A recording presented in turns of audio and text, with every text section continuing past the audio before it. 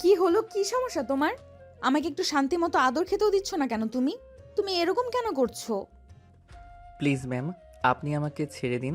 দয়া করে আপনি আমার সাথে এরকম করবেন না। অফিসের যে কেউ চলে আসবে আর দেখলে খুব সমস্যা হবে আপনার। তো কিছু হবে না, আমার মান ইজ্জত যাবে। একদম কোনো কথা বলবে না। আমি যেটা করতে চাইছি আমাকে সেটা করতে দাও। তা না হলে কিন্তু তোমার সঙ্গে এমন কিছু হবে যেটা তুমি কল্পনাও করতে পারবে না। ম্যাডাম দেখুন, আপনারা অনেক বড় লোক আর আমি খুবই সাধারণ একজন মানুষ। আমার খুব ভয় করছে। প্লিজ ম্যাডাম, আপনি আমার সঙ্গে এরকমটা করবেন না। ছেড়ে দিন আমাকে। তাছাড়া অফিসের কেউ যদি এই ব্যাপারে জানতে পারে তাহলে আমার চাকরিটা চলে যাবে। আর চাকরিটা চলে গেলে আমাকে খুব সমস্যায় পড়তে হবে। আমার বাবা এই অফিসের এমডি। অফিসে কি হবে না হবে সেটা আমি বুঝে নেব। তোমাকে চিন্তা করার কথা বলিনি। তুমি শুধু আমাকে কথা দাও, একটা রাত তুমি আমাকে সময় দেবে। তোমাকে সারা জীবনের জন্য না পেলেও কিছুটা সময়ের জন্য হলেও আমি কাছে পেতে চাই। ম্যাডাম, আমি বুঝতে পারছি না আপনার মাথায় সমস্যা আছে নাকি অন্য কিছু। আপনি এই অফিসের এমডি সাহেবের একমাত্র আদরের রাজকন্যা। আর কোথায় আমি ওনার অফিসে চাকরি করা সামান্য একজন এমপ্লয়ি। আপনি প্লিজ আমাকে ছেড়ে দিন। আমি জানি কোথায় তুমি আর কোথায় আমি, তাই তো তোমাকে ভালোবাসি। বড়লোকের বিগড়ে যাওয়া ছেলে আমার পছন্দ নয়। আমি তোমার মতো গরিব সাধারণ একটা ছেলেকে নিজের লাইফে জড়াতে চাই, যে আমাকে অসম্ভব রকম ভালোবাসবে আর আমাকে খুব কেয়ার করবে। দেখুন ম্যাডাম, আপনার খামখেয়ালি পোনা পরিপূর্ণ করার জন্য পৃথিবীতে অনেক ছেলে মানুষ রয়েছে, কিন্তু আপনি আমাকে ছেড়ে দিন। আমি আপনার এই প্রস্তাব মেনে নিতে পারবো না, কারণ আমি আমার ফ্যামিলির একমাত্র উপার্জনক্ষম ব্যক্তি। আমি আমার নিজের জন্য ফ্যামিলিকে কোনো কষ্ট দিতে চাই না।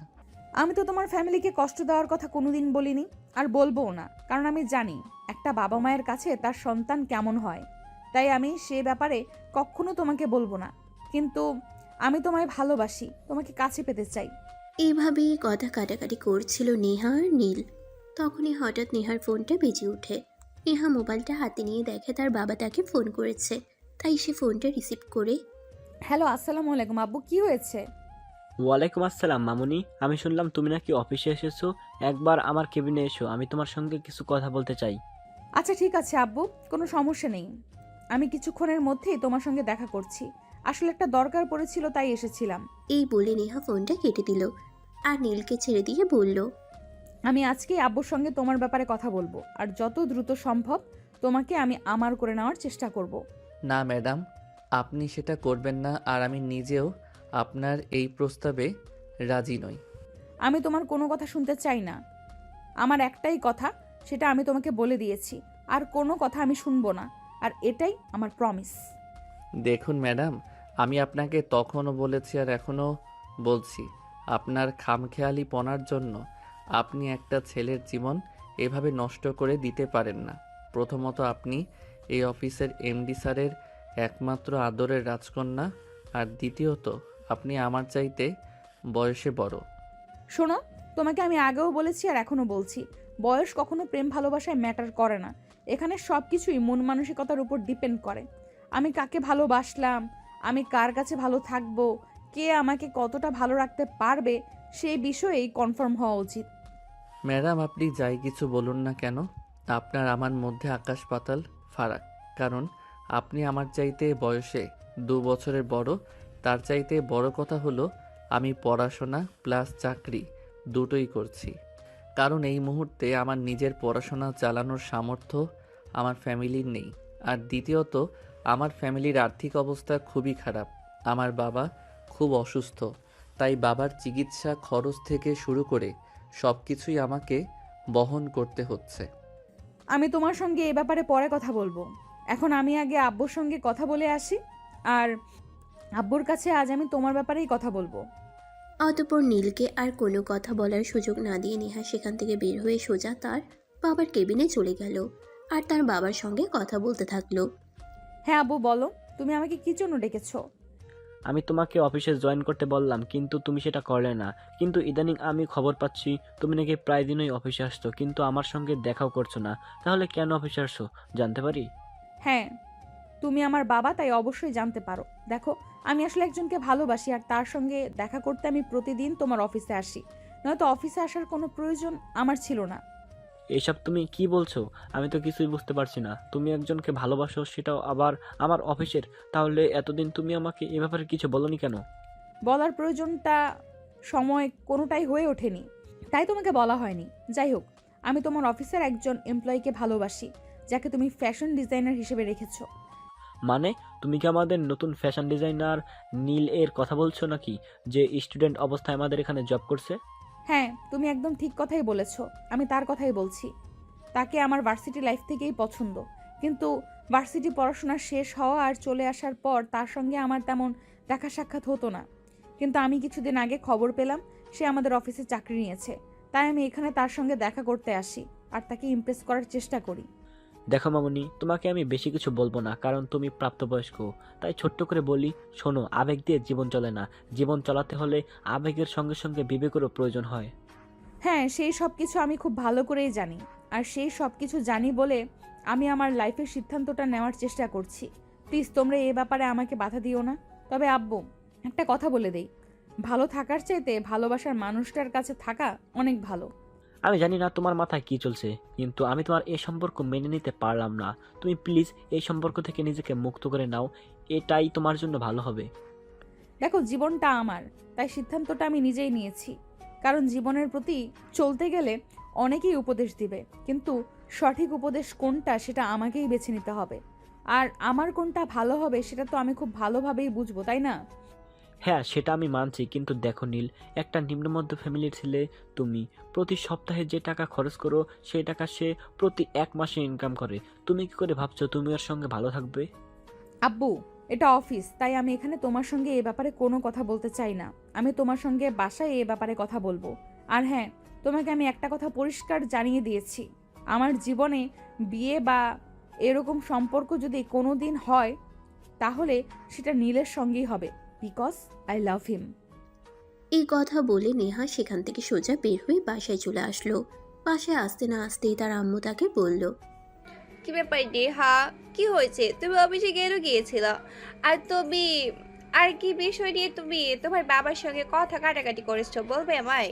আব্বু যদি তোমাকে ফোন করে এই কথাটা বলে থাকে, তাহলে নিশ্চয়ই এটাও বলেছে যে আমি কেন আব্বুর সঙ্গে কথা কাটাকাটি করেছি। তাই আমার মনে হয় এ ব্যাপারে আর নতুন করে বলার কিছুই নেই। তোমাদের সবাইকে আমি স্পষ্ট জানিয়ে দিচ্ছি, বিয়ে করতে হলে আমি নীলকেই করব। আমার জীবনে নীল ছাড়া অন্য কোনো পুরুষ মানুষ কোনো দিনও আসবে না। একটা কাজ করো, তুমি একবার দেশের বাইরে কোথা থেকে ঘুরে আসো, তাহলে তোমার এইসব চিন্তা ভাবনা মাথা থেকে একদম চলে যাবে। তাহলে আর উল্টোপাল্টা চিন্তা করার সময় পাবে না, আর উল্টোপাল্টা চিন্তা করার মানসিকতাও তোমার ভিতরে থাকবে না, চলে যাবে। দেখো, আমি ছোট বাচ্চা নই যে কোনো ভুল সিদ্ধান্ত নিজের জন্য চুজ করব। আমি যথেষ্ট বড় হয়েছি, আর আমার ব্যাপারে আমি সিদ্ধান্ত নিতে পারি। তাই তোমাদের এত মাথা ঘামানোর কিছুই নেই। আমি পরিষ্কার জানিয়ে দিয়েছি, তোমাদের বিয়ে করতে হলে আমি নীলকেই করব। অতঃপর নেহার আম্মু আর নেহাকে কিছুই বলল না। তিনি বুঝতে পারলেন নেহা যখন একবার বলে ফেলেছে তখন এটাই করবে। তাই তিনি মনে মনে চিন্তা করলেন নেহার আব্বু বাড়িতে আসলে ওর আব্বুকে বুঝিয়ে বলে দেখবেন কিছু করা যায় কিনা। রাতের বেলা যখন নেহার আব্বু বাড়িতে আসলো, খাওয়া দাওয়া শেষ হলে বেডরুমে গিয়ে বসলেন। আর তখনই নেহার আম্মু নেহার আব্বুর কাছে গিয়ে বসলো আর বলতে লাগলো, দেখো, আমি তোমাকে কিছু বলতে চাই, প্লিজ তুমি একটু শান্ত মাথায় বোঝার চেষ্টা করো। তোমার যা বলার না হয় পরে বলো। কিছু বলতে চাইলে তাড়াতাড়ি বলো, আমার শরীর খারাপ লাগছে, আমাকে বিশ্রাম নিতে হবে।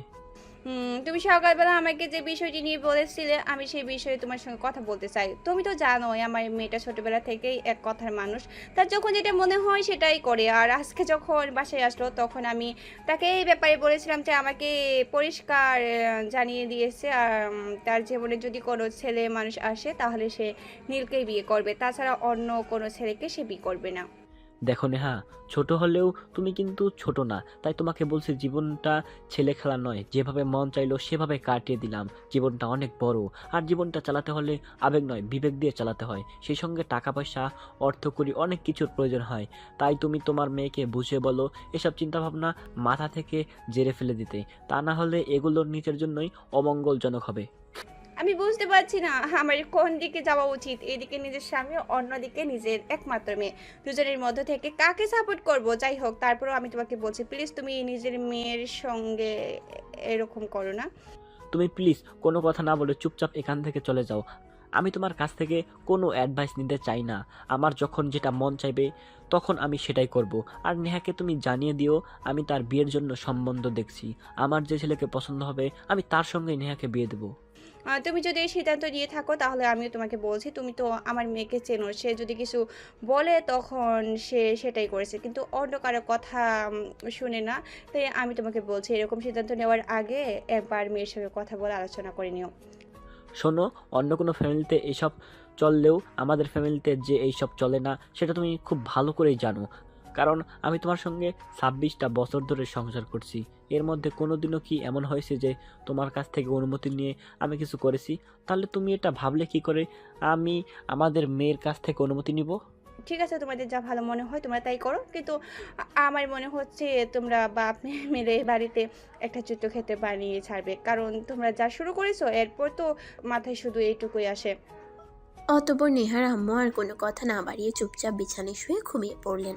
পরের দিন দুপুরবেলা যখন নেহা দুপুরের খাবার খেতে গেল, তখন তিনি নেহার পাশে বসলেন আর নেহার মাথায় হাত বুলাতে বুলাতে বললেন, নেহা, তুই আমার একমাত্র কলিজা, ছেড়ে ধন, তোকে আমি কিছু বলতে চাই, প্লিজ মা, তুই আমার কথাটা রাখবি, বল। বলো না কি বলবে। দেখ, তোর আর এই নীলের এই সম্পর্ক তোর আব্বু কোনোদিনও মেনে নিবে না, তাই আমি বলি তুই নীলকে ভুলে যা। আর সবচাইতে বড় কথা হলো, নীল তোর চাইতে বয়সে ছোট, এগুলো মানুষ ভালো চোখে দেখে না, তাই আমি তোর মা হিসেবে বলছি এই সম্পর্ক থেকে নিজেকে গুটিয়ে নিয়ে। তোমার কি মাথা খারাপ হয়েছে নাকি? আমি সেটাই বুঝতে পারছি না। তুমি আমার মা, তুমি খুব ভালো করেই জানো আমি যখন কোনো সিদ্ধান্ত নেই তখন সেখান থেকে আমাকে কেউ পিছু হটাতে পারে না। আর এখন কিনা আমি একজনকে ভালোবেসেছি, সেখান থেকে কেউ আমাকে পিছু হটাবে? এটা জাস্ট ইম্পসিবল। তোমরা যদি আমার পাশে নাও থাকো তাও আমার নীলকেই লাগবে, অন্য কাউকে নয়। প্লিজ লক্ষ্মী মেয়ে, আমার একটু বোঝার চেষ্টা কর, তোর আব্বু এই সম্পর্ক কোনোদিনও মেনে নিবি না। তাই কে অযথাই নিজেকে কষ্ট দিবি কি? কারণ আমি তাকে ভালোবাসি। আমার ভালোবাসার মানুষকে পাওয়ার জন্য প্রয়োজন হলে আমি তোমাদের কেউ ছেড়ে চলে যাব। নেহার আম্মু তখন কি করবে কিছুই বুঝতে পারছেন না। একদিকে তার মেয়ে, অন্যদিকে স্বামী, দুজনেই সমান জেদি। কেউ কারোর জেদের কাছে কখনোই হার মানতে চায় না। তাহলে এখন কি হবে? চলুন ভিউয়ার্স, কথা না বাড়িয়ে দেখা যাক কি হয়। পরের দিন সকালবেলা ঘুম থেকে উঠে নেহা তার আব্বুকে বাসায় দেখতে পেল না, তাই সে বাসা থেকে বের হয়ে সোজা অফিসে চলে গেল। তার বাবার সঙ্গে কথা বলার জন্য অফিসের কেবিনের সামনে দাঁড়িয়ে। May I come in?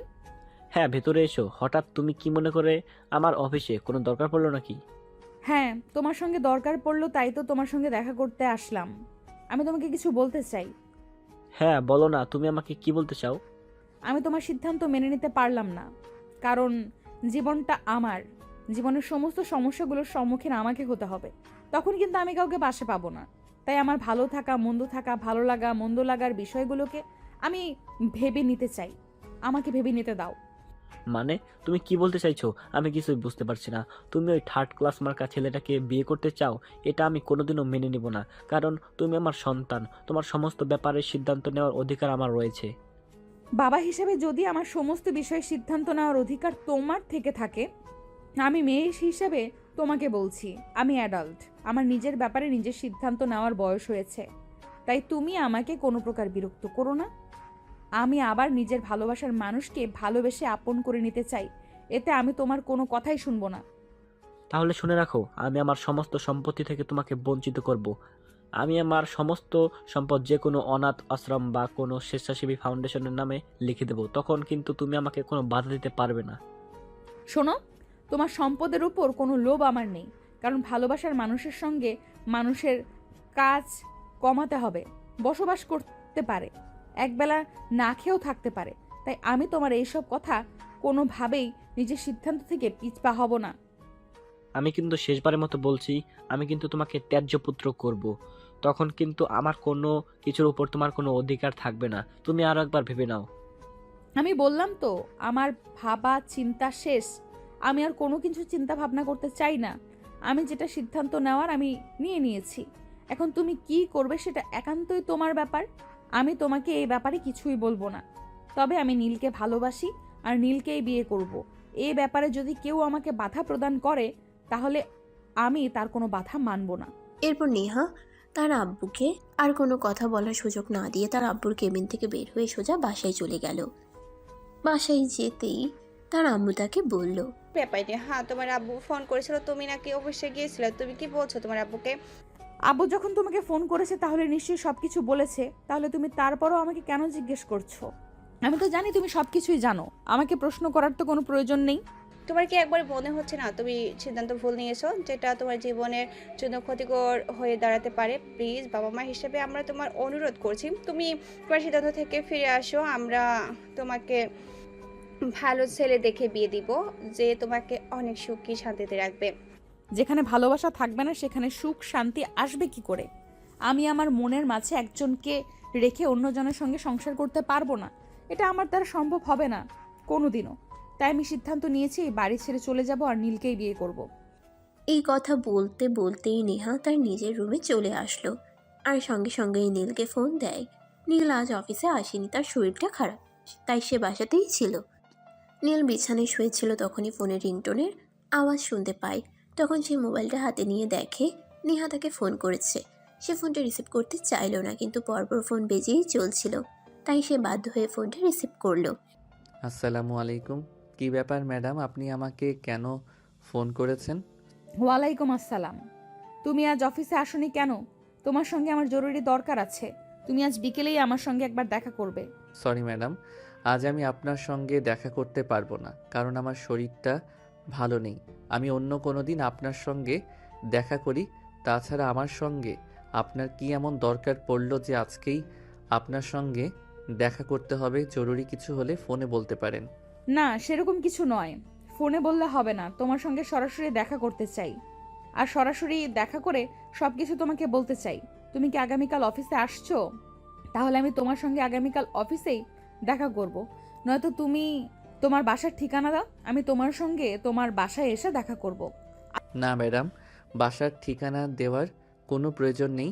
আমি আগামীকাল অফিসে আসছি আর অফিসেই আপনার সঙ্গে দেখা করব। আচ্ছা ঠিক আছে, তুমি সময় মতো চলে এসো। আমি আগামীকাল সকালেই তোমার জন্য অফিসে ওয়েট করব। আচ্ছা ম্যাডাম, ঠিক আছে, কোনো সমস্যা নেই। আমি তো প্রতিদিন সময় মতোই অফিসে চলে যাই। এখন তাহলে রাখি, আমার ভালো লাগছে না। এই কথা বলে নীল ফোনটা কেটে দিল আর বিছানায় চুপচাপ শুয়ে রইল। এদিকে পরের দিন সকালবেলা সকাল 8টা বাজতে না বাজতেই নেহা ঘুম থেকে উঠে ফ্রেশ হয়ে রেডি হয়ে নিল। সে নিচে যাচ্ছিল, এমন সময় তার মা তাকে বলল, কি ব্যাপার নেহা, তুমি তো কোনোদিনও এই সকালবেলা ঘুম থেকে উঠোই না, তাহলে আজ হঠাৎ এত সকালে ঘুম থেকে উঠলে? কিছু হয়েছে নাকি? না, সেরকম কিছুই হয়নি। আসলে আজ নীলের সঙ্গে একটু কথা বলতে যাব, তাই সকাল সকাল ঘুম থেকে উঠলাম। আমরা খুব দ্রুতই বিয়ে করতে চলেছি, এটা আব্বুকে বলে দিও। আমি বুঝতে পারছি না তোমার বাবার মধ্যে কেমন দ্বন্দ্ব চলছে। প্লিজ তোমরা এইসব কিছু বন্ধ করো। আমি তোমাদের এইসব কিছু আর সহ্য করতে পারছি না। প্লিজ আমাকে এইসব কিছু থেকে রেহাই দাও। আমি তো তোমাদেরকে কোনো কিছুই বলিনি, আর কিছু করিও নি। তাহলে এইসব কথা আমাকে কেন শোনাচ্ছ? তোমাদের যা ইচ্ছা হয় তোমরা তাই করো। আমার লাইফের কোন ডিসিশনটা কি নিতে হবে সেটা আমাকে চিন্তা করতে দাও। আমি আমার ভালোবাসার মানুষটাকেই বিয়ে করব। তারপরও আমি তোমার মা হিসাবে শেষবারের মতো অনুরোধ করে বলছি, আরও একবার চিন্তা করে দেখো। নিজের জীবনে কোনো ভুল সিদ্ধান্ত নিও না, যেটা তোমার জন্য ক্ষতিকারক হবে। নেহা তখন তার আম্মুকে আর কোনো উত্তর না দিয়ে চুপচাপ বাসা থেকে বের হয়ে অফিসের উদ্দেশ্যে রওনা দিল। রাস্তার মাঝখানে হঠাৎ গাড়িটা নষ্ট হয়ে গেল। তখনই নেহার মেজাজ বিগড়ে গেল। সে ড্রাইভারকে বলতে লাগলো, সমস্যা কি তোমার? সকালবেলা গাড়িটাও একটু চেক করতে পারো না? গ্যারেজ থেকে বের করার আগে একবার চেক করে নিলেই তো এই সমস্যাটা হতো না। এখন আমি অফিসে পৌঁছাবো কি করে? আমার তো লেট হয়ে যাবে। নীল আমার জন্য ওয়েট করছে। সমস্যা নেই ম্যাডাম, আপনি 5 মিনিট বসুন, আমি দেখছি কি করা যায়। চিন্তা নেই, আমি সময় মতো আপনাকে পৌঁছে দেব। এখন ফালতু কথা বলে টাইম ওয়েস্ট না করে কি করা যায় সেটাই দেখো। আমার হাতে সময় একদম কম। আমাকে যত দ্রুত সম্ভব অফিসে পৌঁছাতে হবে আর নীলের সঙ্গে কথা বলতে হবে। Mind it. হ্যাঁ ম্যাডাম, আমি দেখছি কি করা যায়। অতঃপর ড্রাইভার কিছুক্ষণের মধ্যেই গাড়ি ঠিক করে নেহাকে পৌঁছে দিল অফিসে। নেহা অফিসে এসে সোজা নীলের কেবিনে চলে গেল। সে নীলের কেবিনে পৌঁছে দেখতে পেল কিছু কাজ করছে। তখনই এসে দরজায় নক করলো। নীল মাথা তুলে তাকিয়ে তাকে দেখে ভিতরে আসতে বলল আর বলল, হ্যাঁ ম্যাডাম, এবার বলুন আপনি আমাকে কি বলতে চেয়েছিলেন? কি এমন জরুরি কথা যেটার জন্য আপনাকে এত সকালবেলা অফিসে ছুটে আসতে হলো? নীল, আমি তোমাকে বিয়ে করতে চাই। আমি আমার বাবার রাজপ্রাসাদ ছেড়ে তোমার কাছে চলে আসতে চাই সারা জীবনের জন্য। Madam, please try to understand. এটা হয় না। দেখুন, আপনি একটা ফ্যামিলিতে বিলং করেন আর আমিও একটা ফ্যামিলিতে বিলং করি। আপনি আমার চাইতে বয়সে বড়, সেটাই সবচাইতে বড় কথা। সমাজ এটা মেনে নিবে না। সমাজ আমাদের হাজারটা কথা শোনাবে, সেটাও বড় কথা নয়। আমার ফ্যামিলি আমার চাইতে বয়সে একটা বড় মেয়েকে কখনোই আমার সঙ্গে মেনে নেবে না। তাছাড়া আপনার বাবা তো কখনোই না। হ্যাঁ, সেটা আমি খুব ভালো করেই জানি যে আমার বাবা আমাদের এই সম্পর্ক মেনে নেবে না। তাই আমি আমার বাবাকে পরিষ্কার জানিয়ে দিয়েছি, আমি আমার বাবা কিংবা আমার ফ্যামিলির সঙ্গে বিয়ের পর কোনো রকম কোনো সম্পর্ক রাখবো না। তাদের সঙ্গে কখনো যোগাযোগই করব না। আমি আমার ভালোবাসার মানুষটাকে নিয়ে যেইভাবে পারি ভালো থাকার চেষ্টা করব। তাহলে তো ম্যাডাম প্রশ্নই ওঠে না, যেই জীবনে বাবা মায়ের আশীর্বাদ থাকবে না সেখানে তো কোনো সম্পর্ক গড়ে তোলার প্রশ্নই ওঠে না। কারণ আমি আপনার বাবা মার বিরুদ্ধে গিয়ে আপনাকে কখনোই বিয়ে করতে পারবো না। তোমার কাছে কি ভালোবাসার কোনো মূল্য নেই? আমি তোমাকে ভালোবাসি, সেটা তুমি কেন বুঝতে পারছো না? তোমাকে ছাড়া অন্য কাউকে বিয়ে করা আমার পক্ষে কখনোই সম্ভব না। তাই তো আমি আমার বাবাকে পরিষ্কার জানিয়ে দিয়েছি, বিয়ে করতে হলে আমি তোমাকেই করব, অন্য কাউকে না। না হলে জীবনে একা থেকে যাব। I am sorry to say madam, আপনার বাবা মায়ের মনে কষ্ট দিয়ে আমি আপনাকে কোনোদিনই বিয়ে করতে পারবো না। তাই বলছি, প্লিজ আপনি আমাকে আপনার মনের মনি কোঠা থেকে সরিয়ে দেন। কারণ যে এই সম্পর্ক কোনোদিনও পরিপূর্ণতা পাবে না, সেই সম্পর্কে নিজেকে জড়িয়ে রেখে অযথাই কষ্ট দেওয়ার কোনো কারণ নেই। তার মানে তুমি আমাকে এটা পরিষ্কার করে বলে দিচ্ছ যে তুমি আমাকে কোনোদিনই বিয়ে করবে না, তোমার ভালোবাসাকে স্বীকৃতি দেবে না? না ম্যাডাম, এটা আমার পক্ষে কোনোভাবেই সম্ভব নয়। কারণ আপনার বাবা তো কোনো দিনই মেনে নেবে না, আমার বাবা মাও কোনো দিনও মেনে নেবে কি না তারও কোনো গ্যারান্টি নেই। I am so sorry. Neha কি করবে কিছুই বুঝতে পারছিল না। যেই ভালোবাসার মানুষটাকে পাওয়ার জন্য সে তার বাপের সঙ্গে এত কিছু করলো, আর সেই মানুষটাই কি না তাকে দূরে সরিয়ে দিচ্ছে। এই সব কিছু ভাবতে পারছে না, তার মাথা খারাপ লাগছে। তাই সে নীলকে বলে, ঠিক আছে, সমস্যা নেই। যেখানে আমার ভালোবাসার মানুষটাকে পাবো না, সেখানে সেই না পাওয়া মানুষটা আমার চোখের সামনে ঘুরঘুর করুক, সেটাও আমি সহ্য করতে পারবো না। তুমি আজকেই আমাদের অফিস থেকে চাকরি ছেড়ে চলে যাবে। আমি তোমাকে আগামী 3 মাসের অ্যাডভান্স বেতন দিয়ে দেব। আর এই 3 মাসের মধ্যে নিশ্চয়ই তুমি কোথাও একটা চাকরি পেয়ে যাবে। আর আগামীকাল থেকে আমি অফিসে জয়েন করব। ম্যাডাম প্লিজ, আপনি আমার সঙ্গে এরকমটা করবেন না, এভাবে বদলা নেবেন না। দেখুন, যেটা হওয়ার নয় সেটা আমরা কোনো দিনই সম্ভব করতে পারবো না। কিন্তু চাকরিটা চলে গেলে আমাকে অনেকটা বেকায়দায় পড়ে যেতে হবে। Please madam, try to understand. আমি কোনো কিছুই বুঝতে চাই না, যেটা বলার তোমাকে বলে দিয়েছি। এই নাও, এখানে পুরো 90,000 টাকা আছে, তোমার 3 মাসের স্যালারি। আজ, এখন এবং এই মুহূর্তে তুমি আমাদের অফিস থেকে বের হয়ে যাবে। আমি আগামীকাল থেকেই অফিসের নতুন এমডি হিসেবে জয়েন করছি। নেহার এই কথা শুনে নীল কি করবে কিছুই বুঝতে পারছে না। একদিকে তো নেহাকে তার বিয়ে করা কোনোভাবেই সম্ভব নয়, কারণ নেহা তার চাইতে বয়সে বড়। তাই তার পরিবার মেনে নিবে কি নেবে না সে ব্যাপারে যথেষ্ট সন্দেহ রয়েছে। আর এদিকে নেহার বাবা কোনোভাবেই নেহাকে নীলের হাতে তুলে দেবে না। তাই নীল চুপচাপ বসে থেকে চিন্তা করতে থাকে কি করবে। তখনই হঠাৎই নেহা চিৎকার দিয়ে বলে ওঠে, কি ব্যাপার, কি হলো? আমি তোমাকে কি বলেছি তুমি কি শুনতে পাওনি? তুমি এক্ষুনি আমার চোখের সামনে থেকে বিদায় হও। আর এই অফিসে কোনোদিনও তোমার ছায়া আমি দেখতে চাই না। ঠিক আছে ম্যাডাম, কোনো সমস্যা নেই। আমাকে এভাবে বিপদে ফেলবেন সেটা আমি কোনোদিনও ভাবতে পারিনি। পড়াশোনা আর চাকরি দুটোই একসঙ্গে করছিলাম, আর তখনই আমার জীবনে এরকম একটা ঝড় আসতে হলো। যাই হোক, সমস্যা নেই, আল্লাহ সহায়। এত কথা কেন বলছো তুমি? আমি তো সেটাই বুঝতে পারছি না।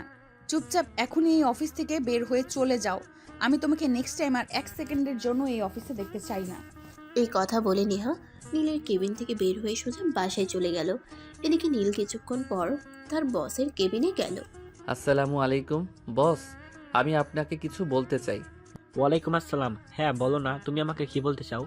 দেখুন, আমি আপনাদের অফিসে চাকরি নিয়েছিলাম চাকরিটা করবার জন্যই, কিন্তু চাকরিটা আমার আর করা হয়ে উঠলো না।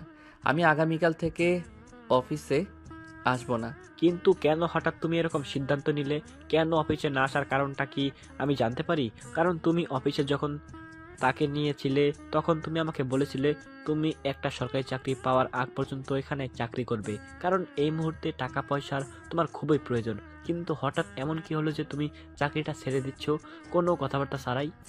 দেখুন স্যার, আশা করি আপনাকে সব কিছু খুলে বলার প্রয়োজন নেই। আপনি কিছুটা হলেও আন্দাজ করতে পারছেন। তারপর আমি বলছি, নেহা ম্যাডাম চায় না আমি এই অফিসে চাকরি করি। তাছাড়া এরকম সিদ্ধান্ত নেওয়ার পিছনে যে কি কারণ রয়েছে সেটাও আপনি জানেন। আর উনি আমাকে 3 মাসের স্যালারি অ্যাডভান্স করে দিয়েছেন, তাই আমি আর আগামীকাল থেকে অফিসে আসবো না।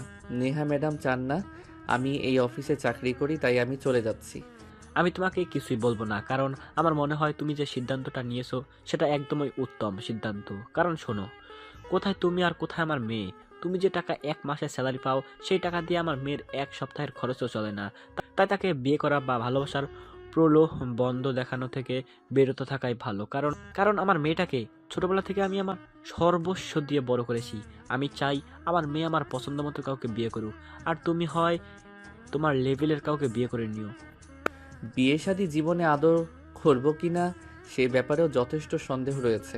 কারণ বিয়ে আর প্রেম প্রেম এসব নিয়ে কোনো আগ্রহ আমার কোনো দিন ছিল না। ভবিষ্যতে হবে কি না সেটাও জানি না। যাই হোক, এত কথা তো আপনাকে বলে লাভ নেই। আমি আসছি। জীবনে যদি কখনো প্রয়োজন মনে হয় আমার লাইফে কোনো মেয়ে মানুষের প্রয়োজন আছে, তাহলে তো বিয়েটা করব, না হলে তো চিরকাল একাই কাটিয়ে দেব। আসসালামু আলাইকুম। এই কথা বলে নীল সেখান থেকে বের হয়ে চলে গেল।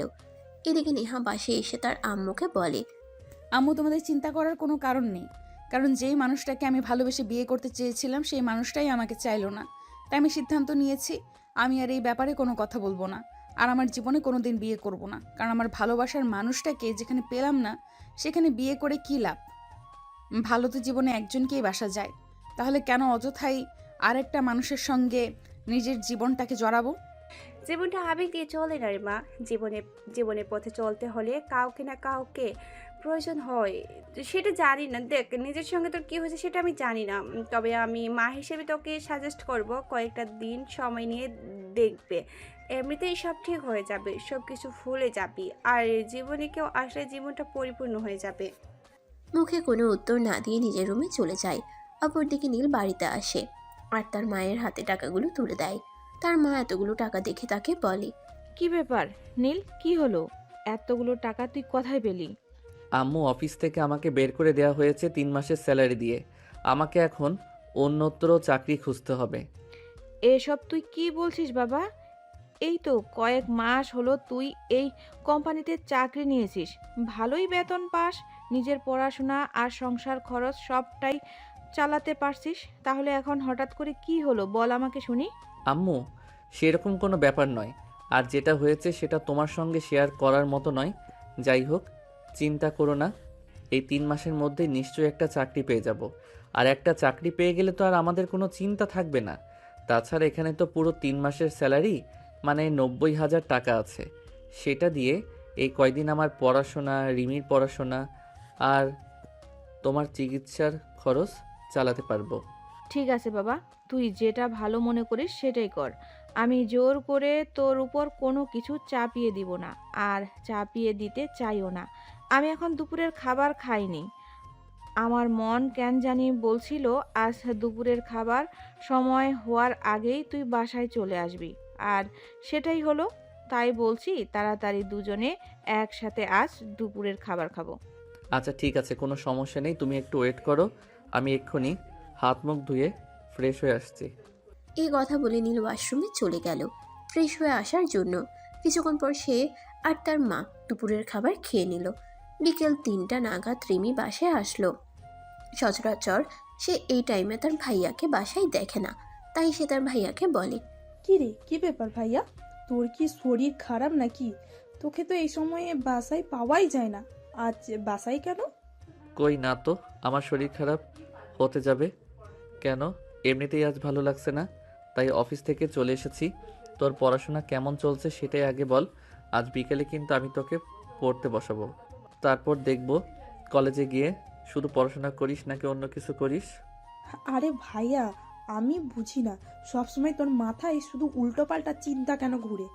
আমি তো তোকে কলেজে পড়াশোনা করবার জন্য যাই, অন্য কিছু তো করতে যাই না। তাহলে তুই আমাকে এরকম ফালতু মার্কা কথাবার্তা কেন শোনাচ্ছিস বল? কারণ এই যুগের ছেলে মেয়েদের একটু বিশ্বাস করি না। এরা পড়াশোনার নামে কলেজে গিয়ে প্রেম করে বেড়ায়। দেখ ভাইয়া, কে কি করে না করে সেই সব তো আমি জানি না, আর জানতেও চাই না। এসব ব্যাপারে আমার কোনো আগ্রহ নেই। কিন্তু আমি না কলেজে শুধু পড়াশোনা করতেই চাই। প্রেম টেম ওইসব কোনোদিন আমাকে দিয়ে হবে বলে মনে টনে হয় না। শোন, প্রেম কিন্তু খারাপ নয়। প্রেম করে যদি তুই পালিয়ে বিয়েটা করে নিস তাহলে আমার কিছু পয়সা অন্তত বেঁচে যাবে। এই কথাটা বলেই নীল একটা শয়তানি মার্কা হাসি দিয়ে সেখান থেকে চলে যাচ্ছিল। তখনই রিমি পিছন থেকে তার স্কুল ব্যাগ দিয়ে তার ভাইয়াকে মারতে শুরু করে আর বলে, তুই আর জীবনেও ভালো হলি না, সব সময় শুধু ফাজলামো মার্কা কথাবার্তা বলতেই থাকি। তুই কেন এমন রে? ছোট বোনকে এসব কথা বলতে কি তোর একটুও লজ্জা করে না? আমার লজ্জা করবে কেন? আমি কি মেয়ে মানুষ নাকি যে আমার লজ্জা করতে যাবে? যাই হোক, আমি কিন্তু বিকেলে তোকে পড়তে বসাবো, কথাটা মাথায় রাখিস। আর আম্মু, আমি একটু বাইরে যাচ্ছি। অনেক দিন বাইরে কোথাও হাঁটাহাঁটি করতে যাওয়া হয় না। ঠিক আছে, সন্ধ্যার আগেই কিন্তু বাসায় ফিরে আসিস, শীতকাল তো চলেই যাচ্ছে। তোদের তো সময় হয় না, তাই তো শীতের পিঠা তোদের বানিয়ে খাওয়াতে পারলাম না। আজ ভাবছি আমি তোদের ভাই বোনের জন্য পিঠা বানাবো, তাড়াতাড়ি কিন্তু চলে আসিস। ঠিক আছে আম্মু, সমস্যা নেই, আমি সন্ধ্যার আগে চলে আসবো। অতঃপর নীল জামা কাপড় চেঞ্জ করে বাসার বাইরে চলে গেল। তার বন্ধুকে ফোন দিয়ে নদীর পাড়ে আসতে বলল। সে নদীর পাড়ে পৌঁছানোর আগে দেখতে পেল তার বন্ধু হৃদয় সেখানে তার জন্য অনেকক্ষণ আগে থেকেই অপেক্ষা করছে। কি ব্যাপার দোস্ত, তোকে তো অনেকদিন কোনো খোঁজই পাওয়া যায় না। আজ হঠাৎ কি এমন হলো যে তুই নিজের থেকেই ফোন করে আমার সঙ্গে দেখা করতে বললি? আরে বেটা বস না, তোর সঙ্গে আগে একটু গল্প করি, তারপর না হয় ওইসব ব্যাপারে বলা যাবে। তারপর বল, তোর দিনকাল কেমন যাচ্ছে? এই তো আলহামদুলিল্লাহ, আল্লাহর রহমতে ভালোই যাচ্ছে। রিমির সঙ্গে তো আজ দুপুরে দেখা হয়েছিল। সে যখন কলেজ থেকে বাসায় ফিরছিল, রিমির কাছে তোর ব্যাপারে জিজ্ঞেস করেছিলাম। রিমি বলল তুই চাকরি আর পড়াশোনা নিয়ে খুবই ব্যস্ত আছিস, বাইরে আসার মতো সময় নাকি তোর হয়ে ওঠে না। তাহলে আজ কিভাবে সময় পেলে, সেটাই তো খুব জানতে ইচ্ছা করছে। অতঃপর নীল হৃদয়কে সবকিছুই খুলে বলল। সবকিছু শুনে হৃদয় নীলকে বলল, দূর বেটা, তুই একটা বোকা। সুযোগে কেউ হাতছাড়া করে? তোর অফিসের এমডির একমাত্র মেয়ে তোকে বিয়ে করতে চাইলো, আর তুই তাকে রিজেক্ট করে দিলি। আমি হলে তোর সঙ্গে সঙ্গে বিয়েটা করে নিতাম। তুই এরকম কেন রে? আরে শালা, তুই বোঝার চেষ্টা কর। সে আমাদের অফিসের এমডির একমাত্র মেয়ে, তার উপর সবচাইতে বড় কথা হলো আমি তার চাইতে বয়সে ছোট। সে আমার থেকে 3 বছরের বড়। আমি কি করে তাকে বিয়েটা করি বল আমাকে? আজকাল না বয়স এইসব কিছুই ম্যাটার করে না। তুই না দীপিকা পাদুকোনকে তো চিনিস? তার জামাই তার থেকে কত বছরের ছোট সেটা তুই জানিস? আমি বাইরে কেন যাচ্ছি, তুই বাংলাদেশেই তাকিয়ে দেখ। আমাদের দেশের কত কত ছেলেরা তাদের চাইতে বয়সে বড় মেয়েকে বিয়ে করতেছে, এমনকি কলেজের টিচারকেও বিয়ে করতেছে। তাহলে কেন তুই তোর অফিসের এমডির মেয়েকে বিয়ে করতে পারবি না? শোন, এখানে আমার একা মতামত দিয়ে কিছুই হবে না। নেহার আব্বু আম্মু, মানে আমার অফিসের এমডি স্যার আর ওনার স্ত্রী, ওনারাও এই সম্পর্ক কোনোদিনও মেনে নেবেন না। তাছাড়া নেহার আব্বু অলরেডি নেহার জন্য পাত্র ঠিক করে রেখেছে। যেখানে আমি নুন খেয়েছি সেখানে তো আমি নেমোখারামি করতে পারতাম না। আচ্ছা ভাই, ঠিক আছে, সে না হয় বুঝতে পেরেছি, কিন্তু এখন কি করবি? তোর পরিবারে তো তুই ছাড়া উপার্জন সক্ষম কোনো ব্যক্তি নেই। তুই যদি ইনকাম না করিস তাহলে তোর সংসার চলবে কি করে? আর তোর পড়াশোনায় বা কি করে চলবে? তাছাড়া তোর একটা ছোট বোন আছে, তাকে পড়াশোনা করানোর থেকে শুরু করে বিয়ে পর্যন্ত তোকেই দিতে হবে। তুই ছাড়া তো এ ব্যাপারে তোকে সাহায্য করার মতো কেউ নেই। আর সবচাইতে বড় কথা হলো তোর মার অসুস্থ। তা তুই ইনকাম না করতে পারিস তাহলে তুই তোর মাকে ভালো রাখবি কি করে? হ্যাঁ, এসব কিছুই তো চিন্তা করছি। তবে নেহা ম্যাডাম একটা কাজ খুবই ভালো করেছেন। উনি আমাকে অফিস থেকে বের করে দেওয়ার আগে আমাকে 3 মাসের স্যালারি অ্যাডভান্স করে দিয়েছেন। যাই হোক, আল্লাহ নিশ্চয়ই কিছু না কিছু একটা ব্যবস্থা করবে আমার জন্য। হ্যাঁ, সেটাই তো। অবশ্যই বান্দার অসুবিধায় আর কেউ পাশে থাকুক বা না থাকুক, আল্লাহ পাক রব্বুল আলামিন ঠিকই আমাদের পাশে থাকেন। যাই হোক, চিন্তা করিস না, আল্লাহ যা করে ভালোর জন্যই করে নিশ্চয়ই। আল্লাহ পাক রব্বুল আলামিন তোর জন্য ভালো কিছু রেখেছেন। এখন চল বাসার দিকে যাওয়া যাক। হ্যাঁ তাই চল, কিন্তু তুই আজ আমার বাড়িতে চল। আমার মা বলেছে আজ আমাদের জন্য শীতের পিঠা বানাবে। তুইও আমাদের সঙ্গে পিঠা খাবি। সবাই মিলে একসঙ্গে বসে পিঠা খাবার মজাই আলাদা। হ্যাঁ, সেটা একদম তুই ঠিক বলেছিস। তাছাড়া আন্টি অনেক ভালো পিঠা বানাতে পারে। আন্টির হাতের পিঠা খেতে আমার দারুণ লাগে। আর তুই যখন বলেছিস তখন তাহলে যাওয়া যেতেই পারে। ওই কথা বলে নীল আর হৃদয় দুজনেই বাড়ির পথ ধরে হাঁটছিল। তখনই হঠাৎ রাস্তার সাইডে একটা বড় গাড়ি দাঁড়িয়ে থাকতে দেখলো তারা দুজনে। গাড়ির ভিতর থেকে গুঙানির শব্দ আসছিল। নীল আর হৃদয় কিছুই বুঝতে পারছিল না, তাই একে অপরের দিকে মুখ চাওয়াচাওয়ি করছিল। তখনই হৃদয় সাহস করে বলল, দেখ, আমার মনে হয় গাড়ির ভিতরে কোনো সমস্যা হয়েছে। যা হয় সেটা দেখা যাবে। এটা তো আমাদেরই এলাকা। তাছাড়া আমার বড় ভাই এই এলাকার মেম্বার। কোনো সমস্যা হলে সেটা আমার বাড়ির সামলে নেবে। কিন্তু এখন চল একবার গাড়ির ভিতরে দেখি কি হয়েছে তা আসলে। এমনিতেই কত প্রবলেমের মধ্যে আছি, তারপরেও যদি নতুন সমস্যায় পড়ি তাহলে কি হবে? আচ্ছা যাই হোক, চল, যা আছে কপালে তাই হবে। কিন্তু দেখি ভিতরে কেউ সমস্যায় পড়েছে কিনা। এই কথা বলে নীল আর হৃদয় দুজনে খুবই সতর্কভাবে গাড়ির দরজা খুলল। ভিতরে দেখতে পেল একজন বয়স্ক লোক শ্বাসকষ্টে ভুগছে। নিঃশ্বাস নিতে খুবই কষ্ট হচ্ছে। তখন হৃদয় আর নীল 7-5 চিন্তা না করেই ওই লোকটাকে নিয়ে পাশেই একটা হসপিটালে চলে গেল। ওনাকে সেখানে ট্রিটমেন্ট করানো হলো। তখনই হৃদয়ের বাসা থেকে ফোন আসলো, হৃদয়কে এক্ষুনি বাসায় যেতে হবে। তাই হৃদয় সেখান থেকে চলে গেল আর নীল ওই লোকটার পাশে বসে রইল। লোকটা যখন সুস্থ হলো তখন নীলকে বলল, বাবা, কে তুমি? তুমি আমার জীবন বাঁচিয়েছো। বলো, কি তোমার পরিচয়? আঙ্কেল, আমি নীল। আমরা রাস্তার পাশেই বসে গল্প করছিলাম। তখনই দেখতে পেলাম আপনার গাড়িটার ভিতর থেকে ঘুঙানোর শব্দ আসছিল। সেটা দেখে আমরা এগিয়ে গিয়ে আপনাকে এই অবস্থায় দেখতে পাই। আপনার শ্বাসকষ্টের সমস্যা আছে, তাহলে ঔষধ সবসময় আপনার সঙ্গে রাখেন না কেন? বাবা, বয়স হয়েছে তো, তাই সব কিছু সামলে উঠতে পারি না। অফিসের একটা কাজ শেষ করেই ফিরছিলাম, তখন হঠাৎ শ্বাসকষ্টটা বেড়ে যায়। মনে মনে ভাবলাম গাড়িটা আর চালাতে পারবো না, তাই গাড়িটা সাইড করলাম। আল্লাহ অবশেষে রহমতে তুমি আমাকে হসপিটালে নিয়ে এসেছো, তা না হলে তো আজ মরেই যেতাম। কিন্তু আঙ্কেল, আপনি কেন গাড়ি চালাচ্ছিলেন? আপনার ড্রাইভার নেই? ড্রাইভার তো আছে, সে একটু জরুরি কাজে তার বাড়িতে গেছে। তাই ভাবছিলাম আমি আজ নিজে গাড়িটা চালিয়ে অফিস থেকে বাড়িতে চলে আসব, কিন্তু সে আর হলো না। মাঝ রাস্তায় আসতেই এরকম একটা পরিস্থিতিতে পড়তে হলো। যাই হোক বাবা, তোমাকে অনেক ধন্যবাদ। তুমি না থাকলে যে আমার আজ কী অবস্থা হতো সেটা হয়তো আল্লাহ ভালো জানে। আঙ্কেল, আল্লাহ যখন কোনো মানুষকে বিপদে ফেলান তখন তাকে উদ্ধার করার জন্য কাউকে না কাউকে তো নিশ্চয়ই পাঠান। যাই হোক আঙ্কেল, আপনার বাড়ির কারো নাম্বার দেওয়া যাবে? আমি ফোন করে ওনাদের জানিয়ে দিতাম, ওনারা আপনাকে বাসায় নিয়ে যেতেন। বাবা, বাসায় তুমি কাকে ফোন করবে? আমার স্ত্রীও অসুস্থ, সে তো আর আমাকে নিতে আসবে না। তুমি যদি একটু কষ্ট করে আমাকে বাসা পর্যন্ত পৌঁছে দিতে তাহলে খুবই ভালো হতো। আঙ্কেল, আপনার ছেলে মেয়ে নেই? ওদের কারো নাম্বার দিন, আমি ওদের ফোন করি। সন্তানের কথা মনে করে আর কষ্ট দিও না বাবা। আমার কোনো সন্তান নেই। আমি আর আমার স্ত্রী অনেক চেষ্টা করেছি সন্তান নেওয়ার জন্য, কিন্তু আল্লাহ পাক রাব্বুল আলামিন আমাদের দিকে মুখ তুলে তাকালেননি, যার ফলস্বরূপ আমরা এখনও সন্তানের মুখ দেখতে পারিনি। যাই হোক বাবা, আমি তোমার ফ্যামিলির বিষয়ে জিজ্ঞেস করছিলাম, তুমি তো কিছুই বললে না আমাকে। আঙ্কেল, আমার বাবা নেই। বাবা মারা গেছেন প্রায় 10 বছর মতো। এই কয়দিন আমার মা আমাদের সংসার সামলাতেন, কিন্তু ইদানিং আমার মাও অসুস্থ হয়ে পড়েছেন। আমি এই বছর অনার্স সেকেন্ড ইয়ারে পড়াশোনা করছি, আর সেই সঙ্গে একটা কোম্পানিতে চাকরি করে সংসারের খরচ আর মায়ের ওষুধের খরচ, সেই সঙ্গে আমাদের 2 ভাই বোনের পড়াশোনার খরচও চালাতাম। কিন্তু আজকেই আমাকে চাকরিটা হারাতে হয়েছে। কি বলো তুমি? এত কষ্টের জীবন তোমার? আচ্ছা ঠিক আছে, তুমি আমাকে আমার বাসায় নিয়ে চলো, আমি একটু সুস্থ হই, তারপর তোমার ব্যাপারে চিন্তা করছি। নীল তখন আশরাফ সাহেবকে নিয়ে ওনার বাসায় চলে গেল আর ওনাকে বাসায় পৌঁছে দিয়ে ওনার কাছ থেকে বিদায় নিয়ে বাসায় চলে আসলো।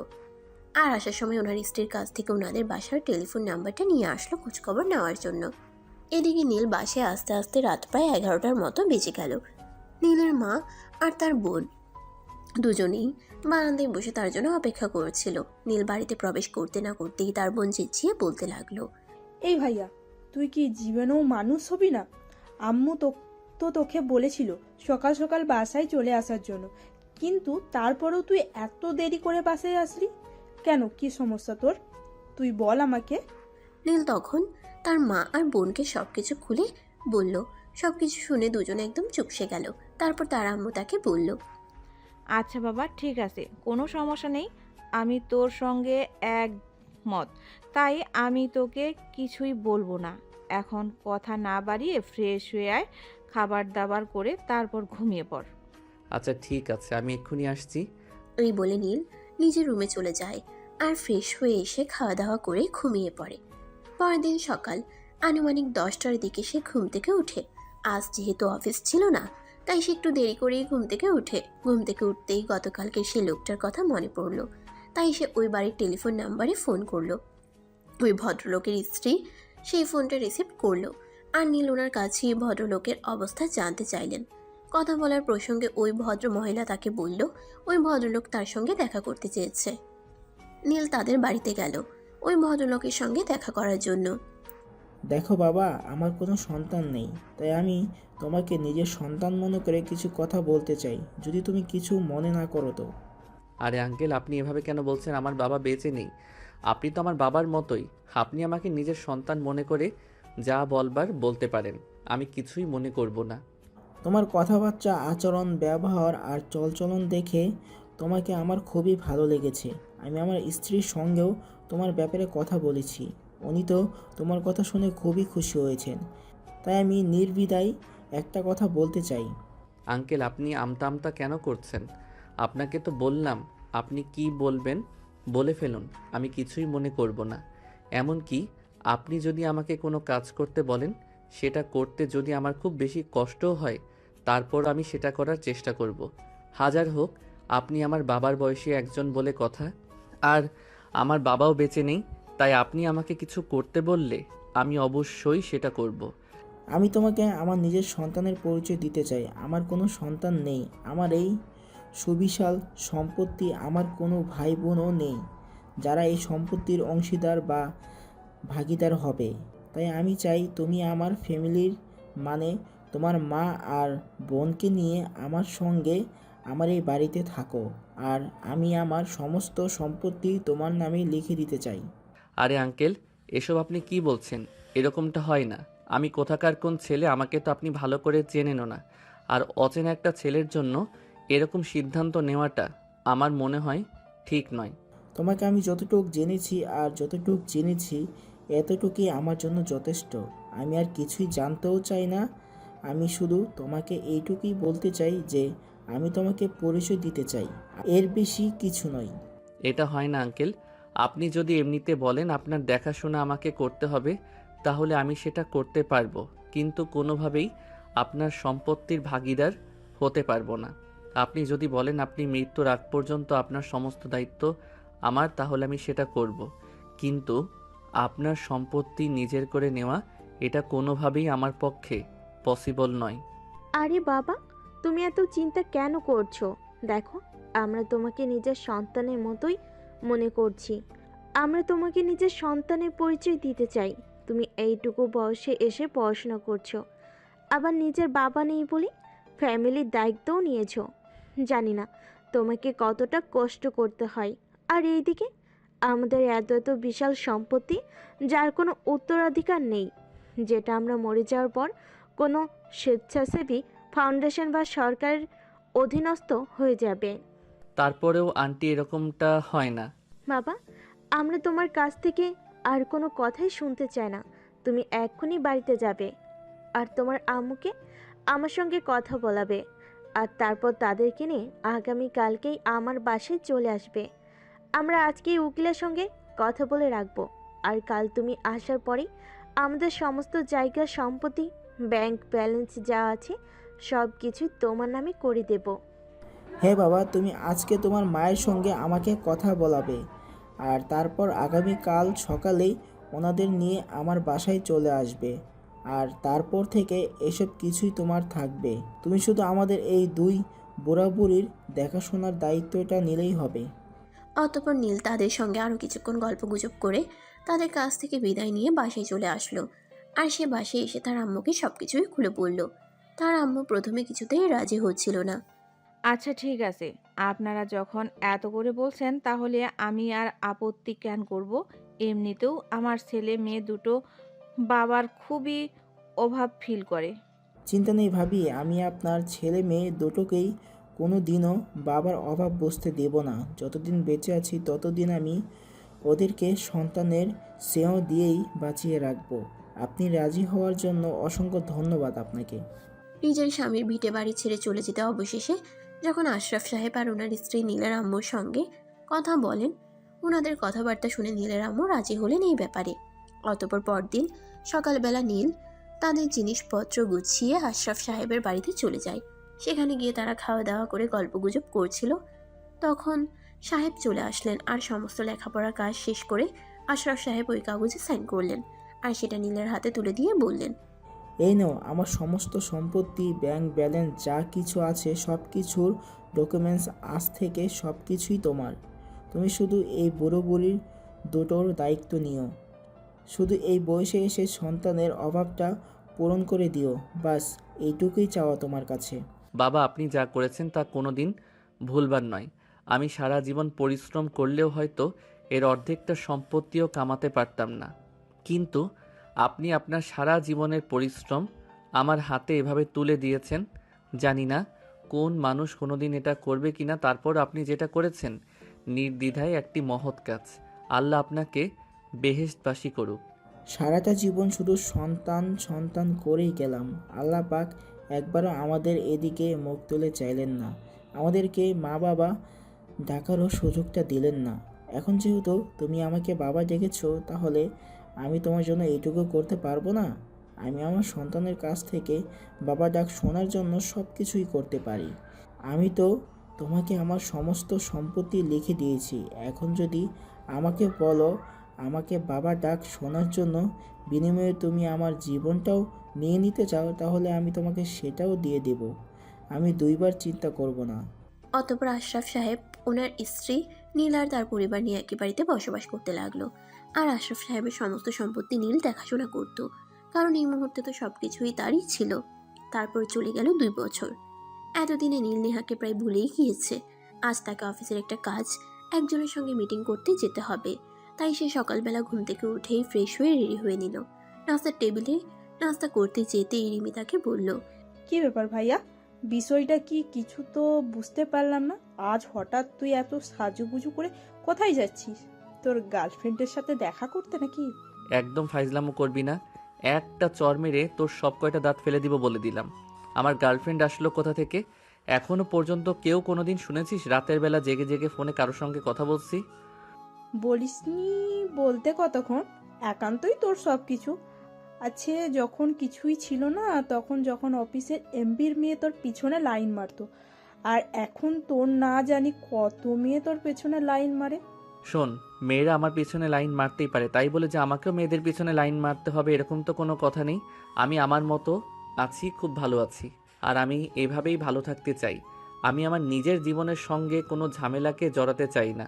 মেয়ে মানুষকে আমি শুধুমাত্র একটা ঝামেলাই মনে করে থাকি। আমি খুব ভালো করেই জানি আগুনের কাছে গেলে মোমবাতিকে গলতেই হয়। তোর ক্ষেত্রেও যে অন্য রকম কিছু হবে না সেটা আমাকে বোঝাতে আসিস না। ফাইজলামো করিস না তো। আজ একটা অফিসের কাজে ঢাকায় যাচ্ছি, ওখানে অন্য একটা কোম্পানির এমডির সঙ্গে আমার মিটিং রয়েছে। আম্মু কোথায়? আম্মুকে বল তাড়াতাড়ি আমাকে নাস্তা দিতে। নীল প্লিজ তুই 2 মিনিট ওয়েট কর, আমার ঘুম থেকে উঠতে একটু লেট হয়ে গিয়েছিল তাই নাস্তা বানাতে পারিনি। 2 মিনিট ওয়েট কর, আমি এক্ষুনি নাস্তা বানিয়ে নিয়ে আসছি। আশরাফ সাহেব এই কথাগুলো শুনতে শুনতে সিঁড়ি বেয়ে নিচে নামছিলেন। আর নামতে নামতেই তিনি নীলের আম্মুকে উদ্দেশ্য করে বললেন, আপনাকে কত করে বলছি বাড়িতে রান্নাবান্না করার জন্য মানুষ আছে, ওনাদের দিয়ে রান্নাবান্না করান, কিন্তু আপনি সেটা না করে নিজেই রান্নাবান্না করেন। আপনি কেন এমন করেন বলেন তো? আমার ছেলে মেয়েরা ছোটবেলা থেকে আমার হাতের খাবার খেয়ে বড় হয়েছে, অন্যের হাতের খাবার ওদের মুখে রুচে না, তাই আমি আমার সন্তানদের জন্য একটু কষ্ট হলেও নিজের হাতেই খাবার তৈরি করি। তাছাড়া বাইরের খাবার খাওয়া স্বাস্থ্যের জন্য ক্ষতিকর, তাই আমি সবার জন্যই নিজের হাতে খাবার তৈরি করি। তাছাড়া সারাদিন কি বাসায় বসে থাকা ভালো লাগে নাকি?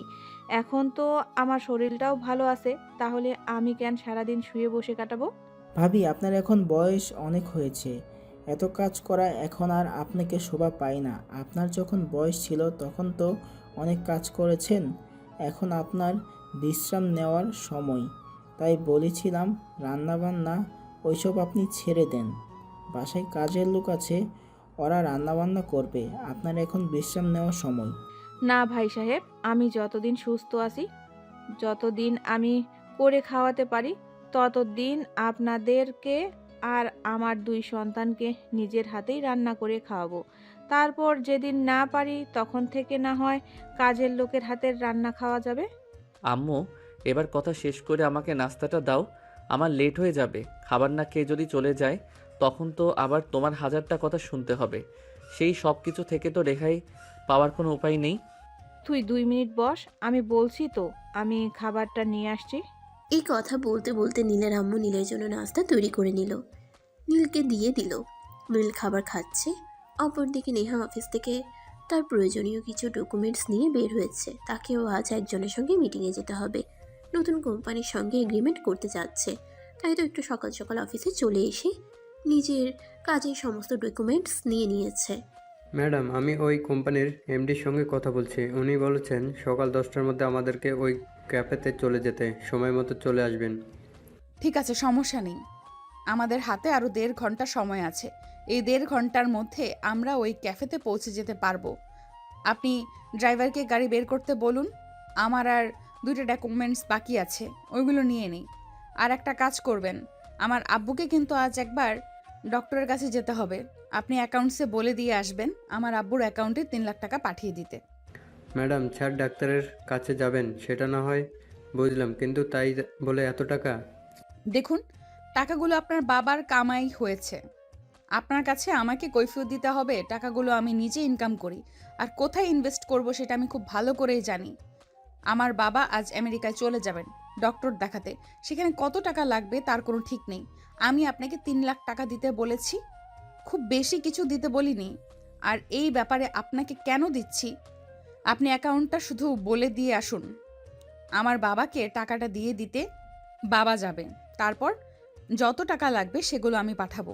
আজ আমার হাতে সময় নেই। ম্যানেজার তখন আর কোনো কথা না বলে সেখান থেকে সোজা অ্যাকাউন্টে চলে গেল, আর সেখানে গিয়ে বলে আসলো টাকা দেওয়ার কথা। তারপর সে নেহাকে নিয়ে অফিস থেকে বের হয়ে পড়ল। অপরদিকে নীল অনেকক্ষণ ধরে ক্যাফেতে বসে আছে, প্রায় 10 মিনিটের মতো। তার তো মেজাজ খারাপ হয়ে যাচ্ছে, কারণ সে খুবই টাইম মেনটেন করে চলে। সময়ের অপব্যয় করা তার একদমই পছন্দ নয়, তাই সে তার ম্যানেজারকে বলে, কি ব্যাপার ম্যানেজার, এখনো কাজই দেওয়া হলো না? আর এখনই যদি এত হেয়ালিপনা থাকে তাহলে আমি এই কোম্পানি দিয়ে কাজ করাবো কিভাবে? 10টা 10 মিনিট বেজে গেছে, তাহলে ওরা এখনো আসছে না কেন? স্যার, আমি ওনাদেরকে ফোন করেছিলাম। ওনারা বলেছেন রাস্তায় একটু যানজট ছিল, তাই একটু লেট হয়েছে। ওনারা এখনই চলে আসবেন। দেখুন, আপনি খুব ভালো করে জানেন অজুহাত দেখানো আমার একদমই পছন্দ নয়। আমি নিজে অজুহাত দেখাই না, আর কেউ আমাকে অজুহাত দেখাক সেটাও আমি পছন্দ করি না। আমার কাছে সবচাইতে আগে হলো আমার কাজ, আর তারপর অন্য সব কিছু। আমার কাজে কেউ ফাঁকি দিলে সেটা আমার খুবই বিরক্ত লাগে, আর আমি খুব রেগে যাই, সেটা আপনি খুব ভালো করে জানেন। স্যার, আমি ওনাদেরকে এই ব্যাপারে ইনফর্ম করেছি। ওনারা বলেছেন এখনই চলে আসবেন। রাস্তায় যানজট না হলে সময় মতো চলে আসতে পারতেন। ঠিক আছে, তবে যদি আমার কাজের কোনো দরকার হয় তাহলে কিন্তু আমি ওই কোম্পানির সঙ্গে আর কোনো এগ্রিমেন্ট করব না। এটাই কিন্তু লাস্ট হবে, এটা আপনি ওদেরকে বলে দেবেন। আমার কাছে প্রতিটা সেকেন্ড, প্রতিটা মিনিটের মূল্য অনেক অনেক বেশি। এদিকে দেখতে দেখতেই নেহা সেখানে এসে পৌঁছালো। নীল মাথায় একটা ক্যাপ আর চোখে সানগ্লাস পরেছিল, তাই নেহা তাকে প্রথম দেখাতে চিনতে না পেরে সালাম দিয়ে জিজ্ঞাসা করলো, আসসালামু আলাইকুম। I am sorry to say, রাস্তায় প্রচুর জ্যাম ছিল, তাই আসতে একটু লেট হয়ে গেল। Please don't mind. দেখুন, সময়ের অপব্যয় করা আমার একদমই পছন্দ নয়। আমি সময়কে খুব মূল্য দিয়ে থাকি, যার কারণে আমি আমার কোম্পানিকে এতদূর পর্যন্ত নিয়ে আসতে পেরেছি। যাই হোক, আপনাদের কাজের কিছু নমুনা আমাকে দেখান, আর তারপর আমি সিদ্ধান্ত নেই কাজটা আমি আদৌ আপনাদের দেব কি দেব না। নেহা তখন কিছু কাগজ নীলের দিকে এগিয়ে দিল, যেগুলোতে তাদের কোম্পানির প্রোডাক্টের পিকচার দেওয়া ছিল। নীল সেগুলো দেখলো, আর তারপর নেহার দিকে তাকিয়ে সে একদম অবাকের চূড়ান্ত সীমানায় পৌঁছে গেল। এতদিন পর সে নেহাকে নিজের চোখের সামনে দেখতে পাবে, এটা সে কল্পনাও করেনি। তাই সে সেখান থেকে উঠে দাঁড়িয়ে গেল, আর নিজের চোখ থেকে চশমাটা সরিয়ে বলল, আপনি এখানে? আমারও তো সেই একই প্রশ্ন, তুমি এখানে কি করে? তোমার তো অর্থ সম্পদ বলতে কোনো কিছুই ছিল না, তাহলে এত বড় কোম্পানির মালিক হলে কি করে? আমি তো জানতাম এই কোম্পানির মালিক অন্য কেউ। সরি ম্যাডাম, আপনি ভুল জানতেন। এই কোম্পানিটা আমার, এবং এই কোম্পানির একমাত্র মালিক আমি। এই কোম্পানির আর কোনো উত্তরাধিকারী নেই। ঠিক আছে, তাহলে তো আর আমি এই অর্ডারটা পাচ্ছি না, আসি তাহলে। এই বলে কোনো উত্তরের অপেক্ষা না করে নেহা সেখান থেকে চলে গেল। নীল চুপচাপ সেখানে বসে রইল। তখনই তার ম্যানেজার তাকে জিজ্ঞাসা করলো, কী ব্যাপার স্যার, কী হলো? বিষয়টাই তো কিছুই বুঝতে পারলাম না। ম্যাডাম আপনার সঙ্গে কোনো কথা না বলেই এখান থেকে চলে গেলেন। আমরা কি এই কোম্পানিকে কোনো অর্ডার দেবো না? অর্ডার দেব, তবে আজ নয়। আমি আগামীকাল ওই ম্যাডামের কোম্পানিতে যাব, আর ওখানে বসেই ম্যাডামের সঙ্গে এগ্রিমেন্ট করব। মানে কি তার? আমি তো কিছু বুঝতে পারলাম না। এত কষ্ট করে এখানে এগ্রিমেন্ট করবার জন্য এলাম, আর উনি মিটিং না করে চলে যাচ্ছে, আর আপনি কিনা বলছেন আপনি ওই ম্যাডামের কোম্পানিতে যাবেন আর সেখানে গিয়ে এগ্রিমেন্ট করবেন। এটাকে তো আমরা যতগুলো কোম্পানির সঙ্গে এগ্রিমেন্ট করেছি সবগুলোই আমাদের অফিসে বসে কিংবা অন্য কোনো রেস্টুরেন্টে কিংবা ক্যাফেতে বসে, কিন্তু আজ হঠাৎ আপনার কি হলো? আমি তো কিছুই বুঝতে পারছি না। দেখুন, আমি আপনার স্যার আর আপনি আমার ম্যানেজার, তাই আমি আমার কোনো বিষয় আপনার কাছে নিশ্চয়ই কৈফিয়ত দেব না। চুপচাপ ক্যাফের বিলটা মিটিয়ে বাইরে আসুন।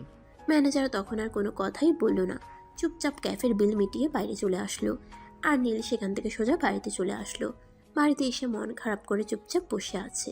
নীল কখনোই বাড়িতে এসে ভাবে চুপচাপ বসে থাকে না, সবার সঙ্গে গল্প করে, সবার খোঁজ খবর নেয়। আজ যখন নীল বাসায় এসে চুপচাপ নিজের রুমে বসে আছে, সেটা দেখে রিমি সেখানে গেল আর তাকে জিজ্ঞাসা করলো, কি ব্যাপার ভাইয়া, কি হয়েছে তোর? তুই আজ অফিস থেকে এসে চুপচাপ এখানে বসে আছিস কেন? তোর কি মন খারাপ? না রে, মন খারাপ নয়, তবে বহুদিন পর সেই অনাকাঙ্ক্ষিত মানুষটার সঙ্গে দেখা হয়ে গেল। মানে তুই কি বলছিস? আমি কিছুই বুঝতে পারছি না।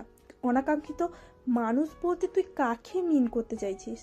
আমার জীবনে তো সেই অনাকাঙ্ক্ষিত মানুষ একটাই, নেহা ম্যাডাম। আজ আমি যে কোম্পানির সঙ্গে এগ্রিমেন্ট করতে গেছিলাম সেটা নেহা ম্যাডামের কোম্পানি।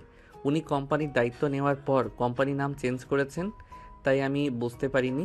আর ওই কোম্পানির সঙ্গে এগ্রিমেন্ট করব বলে সিদ্ধান্ত নিয়েই কিন্তু যখন আমি ওখানে পৌঁছালাম আর সঙ্গে সঙ্গে দেখা গেল, তখনই আমি এই ব্যাপারে জানতে পারলাম।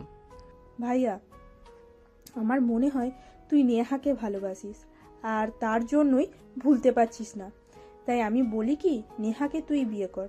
শোনো, যে মানুষটা আমাকে ভালোবাসে বলেছিল তখন, যখন আমি তাকে মূল্য দেইনি, এখন কেন আমি তার জীবনে ফিরে যাব? আমার কোনো কিছু ছিল না বলেই তার বাবা আমাকে মেনে নিত না, আর তার কারণেই কিন্তু আমি সেদিন তাকে না করে দিয়েছিলাম। যদি তার বাবা আমাকে মেনে নিত তাহলে সমাজকে আমি কোনো তোয়াক্কা করতাম না। নেহাকে আমি সোজা বিয়ে করে আমার বাড়িতে নিয়ে আসতাম। আম্মুর উপর আমার সম্পূর্ণ ভরসা ছিল, আম্মু সবটা মেনে নিত। কথাগুলো আড়াল থেকে তার আম্মু শুনছিল। ওদের কথা বলা শেষ হলে তার আম্মুর রুমের ভিতরে আসলো আর নীলের মাথায় হাত রেখে বলল, বাবা, আজকেও আমি তোকে কোনো বাধা দেব না। আমি চাই তুই তোর ভালোবাসার মানুষটাকে নিয়ে ভালো থাক, তাই আমি তোকে পারমিশন দিচ্ছি। তুই নেহাকে তোর মনের কথা বল, আর তার অভিমান ভাঙিয়ে তাকে বিয়ে করে নিয়ে আয়। এখন তো আর কোনো অসুবিধা নেই, এখন তো তুই তাদের চাইতে অনেক বেশি টাকার মালিক, তাহলে তো আর নেহার বাপের কোনো অসুবিধা নেই। হ্যাঁ নীল, তোমার মা একদম ঠিক কথাই বলেছেন। যখন তোমার টাকা পয়সা ছিল না তখন তুমি নেহাকে ভালোবাসা সত্ত্বেও সব কিছুর জন্য ছেড়ে চলে এসেছিলে। আর এখন যেহেতু তোমার সব কিছুই আছে, তাই আমি চাইবো তোমার ভালোবাসার মানুষটাকে নিজের করে নাও, কারণ ভালোবাসা ছাড়া জীবন অপূর্ণ। সবটাই বুঝতে পারলাম, কিন্তু নেহা কি আজও আমার জন্য অপেক্ষা করছে? আমার তো সেটা মনে হয় না। কারণ একটা মেয়ে কোনো দিন একটা ছেলের জন্য এতদিন অপেক্ষা করবে না। সে নিশ্চয়ই বিয়ে শাদী করেছে, হাজবেন্ড, সন্তান সব কিছুই হয়তো আছে। সেটা তো তুই একদম ঠিক কথাই বলেছিস, কিন্তু সেটা জানার জন্য তোকে আগে নেহার সঙ্গে দেখা করতে হবে, আর তার সঙ্গে কথা বলতে হবে। তার সঙ্গে কথা বলে যদি তুই নিশ্চিন্ত হোস যে সে এখনো বিয়ে করেনি আর তোর জন্য অপেক্ষা করছে, তাহলে তুই তোর মনের কথাটা তাকে বলবি আর তাকে বিয়ে করে আমাদের বাড়িতে নিয়ে আসবি। হ্যাঁ বাবা, রিমি একদম ঠিক কথাই বলেছে। তুমি যাও নেহার সঙ্গে আগে কথা বলো, সব কিছু যদি ঠিকঠাক থাকে তাহলে আমি নিজেই তোমার জন্য বিয়ের সম্বন্ধ নিয়ে যাব। ঠিক আছে বাবা, কোনো সমস্যা নেই। আপনি যখন বলেছেন তখন আমি নিশ্চয়ই যাব। কারণ কেন জানি না আমার নিজের মন বলছে আমি নেহাকে ভালোবাসি। তাই নিজের একটা ছোট ভুলের জন্য ভালোবাসাকে হারাতে চাই না। পরদিন সকাল 10টার দিকে নীল বাসা থেকে বের হলো নেহার অফিসের উদ্দেশ্যে। এসে অফিসে পৌঁছে অফিসের পিয়নকে দিয়ে নেহার কাছে খবর পাঠালো। নেহা খবরটা শুনে বেশ কিছুক্ষণ চিন্তা করলো, তারপর বলল নীলকে ভিতরে আসতে দিতে। নীল ভিতরে আসলো। নেহা চুপচাপ বসে আছে, কিছুই বলছে না। তখন নীল নিজে থেকেই বলল, কেমন আছেন ম্যাডাম? যেমন তুমি চেয়েছিলে ঠিক তেমনই আছি। দেখুন ম্যাডাম, আমি জানি আপনি এই কথাগুলো অভিমান নিয়ে বলছেন, কিন্তু আমি তাতে কিছুই মনে করব না। যাই হোক, আপনার হাজবেন্ড আর বাচ্চারা কেমন আছে? হাজবেন্ড আর বাচ্চা, এটা তুমি ভাবলে কি করে? নীল, তোমার পর আবার জীবনে কোনো মানুষের জায়গা হয়নি আর হবেও না, কারণ আমি তোমাকে ভালোবাসতাম আর এখনও বাসি। তুমি হয়তো বিয়ে শাদী করে সন্তান আর বউ নিয়ে ভালোই আছো, কিন্তু বিশ্বাস করো, আমার জীবনে এখনও কেউ আসেনি আর ভবিষ্যতেও আসবে না। কারণ এই হৃদয়ে একটা নাম সুন্দর করে স্বর্ণাক্ষরে লেখা হয়ে গেছে। মানে এসব আপনি কি বলছেন?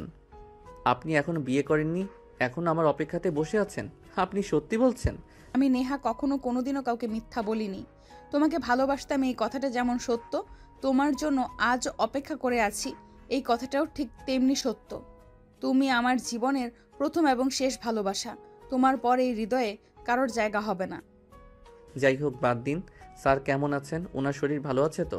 আজকাল কি অফিসের দেখাশোনা আপনি একাই করছেন, নাকি স্যার এখন অফিসে আসেন? বাবার শরীর ভালো নেই, কালকে আমেরিকায় পাঠানো হয়েছে উন্নত চিকিৎসার জন্য, আর অফিসার দেখাশোনা গত 1 বছর ধরে আমিই করছি। যেহেতু বাবার শরীর ভালো নেই, তাই বাবাকে আর কোনো প্রেশার দিতে চাই না। ও আচ্ছা, স্যার কবে দেশে আসবেন এ ব্যাপারে আপনি কিছু জানেন? স্যারের সঙ্গে একবার দেখা করতাম। আব্বুর সঙ্গে দেখা করে আপনার কোনো লাভ আছে বলে তো আমার মনে হয় না। যাই হোক, আপনি কিন্তু একটা বিষয় এড়িয়ে গেলেন। আমি কিন্তু আপনার স্ত্রী আর বাচ্চাদের কথা জিজ্ঞাসা করেছিলাম, আপনি কিন্তু ও ব্যাপারে কিছুই বললেন না। বলেন, ওরা কেমন আছে আর কোথায় আছে? নিশ্চয়ই আপনার স্ত্রী খুবই ভাগ্যবতী একজন মহিলা, যে মানুষটাকে আমি আমার সব কিছুর বিনিময়ে নিজের করে পেতে চেয়েছিলাম। আপনার স্ত্রী কোনো কিছুর বিনিময় ছাড়াই সেই মানুষটাকে নিজের করে পেয়ে গেল। হ্যাঁ, সে খুবই ভাগ্যবান যে সে আমাকে পেয়েছে, আর আমিও খুব ভাগ্যবান যে তার মতো স্ত্রী পেয়েছি। যদি তার মতো স্ত্রী না পেতাম তাহলে হয়তো আজ উন্নতির চরম শিখরে পৌঁছাতে পারতাম না। তার মতো বউ পাওয়া সত্যি ভাগ্যের ব্যাপার। যাই হোক, আপনাকে জিজ্ঞেস করছিলাম স্যার কবে দেশে আসবেন, ওনার সঙ্গে একবার দেখা করার ছিল। আব্বুকে আগামী সপ্তাহে দেশে আনা হবে। আমি আগামীকালকেই ওখানে যাচ্ছি। সব কিছু ভালো থাকলে আগামী সপ্তাহে আব্বুকে নিয়ে দেশে ফিরে আসব। যাই হোক, আপনি কি খাবেন, চা নাকি কফি? না, কিছুই লাগবে না, আজ তাহলে আসি। আপনার নাম্বারটা আমার ম্যানেজারের কাছে আছে, আমি ওনার কাছ থেকে নাম্বারটা নিয়ে ফোন করব। আর স্যার দেশে আসলে ওনার সঙ্গে দেখা করতে আপনাদের বাড়িতে যাব। এই বলে নীল নেহার অফিস থেকে বের হয়ে বাসায় চলে আসলো। আর বাসায় আসতেই তার বোন তাকে জিজ্ঞাসা করলো, কি ব্যাপার ভাইয়া, কি হলো? নেহার সঙ্গে দেখা করতে গিয়েছিলাম। নেহা আমাকে বলল সে এখনও বিয়ে করেনি আর এখনও আমার জন্য অপেক্ষা করছে। আর আঙ্কেলের ব্যাপারে যখন জিজ্ঞাসা করলাম তখন সে বলল আঙ্কেল নাকি অসুস্থ, ওনাকে চিকিৎসার জন্য আমেরিকায় নিয়ে যাওয়া হয়েছে। নেহাও আগামীকাল সেখানেই যাবে, আগামী সপ্তাহে ওনাকে দেশে নিয়ে আসবে। আর আমি ওকে বলে এসেছি আঙ্কেলকে দেশে নিয়ে আসলে আমি ওদের বাসায় যাব আঙ্কেলের সঙ্গে দেখা করার জন্য। দেখলি তো, আমার কথাই তো ঠিক হলো। আমি তো তোকে বলেছিলাম নেহা এখনো তোকে ভালোবাসে। আমার কথা মিললো তাহলে। হ্যাঁ, তুই একদম ঠিক কথাই বলেছিস, কিন্তু এখন কথা হলো আমি যদি এখন নেহার সামনে নিজের ভালোবাসার দাবি নিয়ে দাঁড়াই, তাহলে কি নেহা আমাকে মেনে নিবে? এই বিষয়টাই তো আমি ভেবে পাচ্ছি না। এত চিন্তা করার কোনো কারণ নেই, কারণ আমি জানি যে মানুষটা তোকে নিজের করে পাওয়ার জন্য এত কিছু করতে চেয়েছিল। আর সেই মানুষটাকেই তুই তাকে পাত্তা না দেওয়ার পরেও এতটা বছর ধরে তোর জন্য অপেক্ষা করে আছে, তাহলে নিশ্চয়ই তোকে পাওয়ার আগ্রহ তোর চাইতে তার অনেকটা বেশি। এরপর দেখতে দেখতে 1 সপ্তাহ সময় চলে গেল।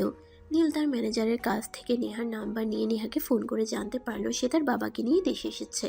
তাই নীল তার পরিবার নিয়ে নেহার বাবার সঙ্গে দেখা করতে গেল। আসসালামু আলাইকুম স্যার, কেমন আছেন আপনি? আপনার শরীরের এখন কি অবস্থা? ওয়ালাইকুম আসসালাম। এই তো আলহামদুলিল্লাহ, আল্লাহর রহমতে এখন আগের চাইতে অনেকটা ভালো আছি। বাবা, তুমি হঠাৎ এতদিন পর কি মনে করে? নেহার কাছে আমি তোমার কথা শুনেছি। নীল গ্রুপ অফ ইন্ডাস্ট্রিজের একমাত্র মালিক তুমি। আল্লাহ কখন কাকে কোথায় নিয়ে যান সেটা কেউ বলতে পারে না।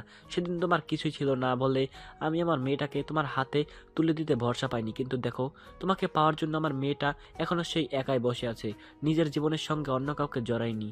আমরা অনেক চেষ্টা করেছি তাকে বিয়ে দেওয়ার জন্য, কিন্তু সে কোনোভাবেই রাজি হয়নি। সে শুধুমাত্র তোমাকে ভালোবাসে, তাই অন্য কাউকে ভালোবাসতে পারবে না।